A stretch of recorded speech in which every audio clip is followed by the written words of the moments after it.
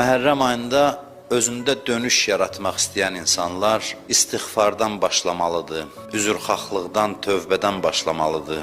Bu aydan çox nəticə əldə eləmək istəyən insanlar istiğfar halında bu aya daxil olsun, üzrxahlıq, xəcalət halında.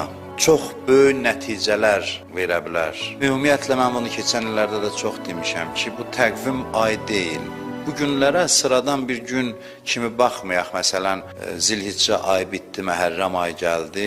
Yox, hər dəfə fikirləşin ki, bu hadisə, bu ilki Məhərrəm mənim həyatımda o qədər ciddi bir dönüş yarada bilər ki, həmişəlik dəyişə bilərəm. Baxmayın ki, məsələn, 10 Məhərrəm belə olmayıb, 20 Məhərrəm belə olmayıb, 21-cidə yenə də bu ümidlə bu aya daxil olmalıyıq. Çünki hər bir halda Məhərrəm ayının İmam Hüseyn əzasının belə bir qüdrəti var.